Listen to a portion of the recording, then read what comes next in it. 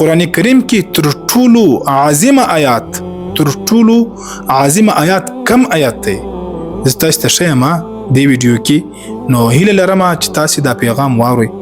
رسول الله صلی الله علیه وسلم یو ورځ ابی بن کعب رضی الله عنه ته ویلی: ای ابو منذر دا د ابی بن کعب رضی الله عنه لقب.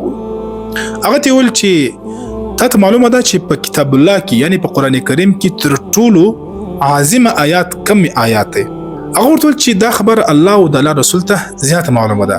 رسول الله صلی الله علیه وسلم دا خبر بیا جن وپوښتله چې ابو منذر ما تر وشه چې په قرآن کریم کې عظیم آیات کم آیات دی.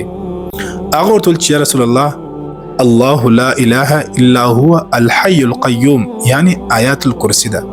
رسول الله صلی الله علیه وسلم د پسینه کې دی وای د خوشحالي د وجې او یو ټول مبارک ته چې ستا په دې شی باندې سر خلاص دی.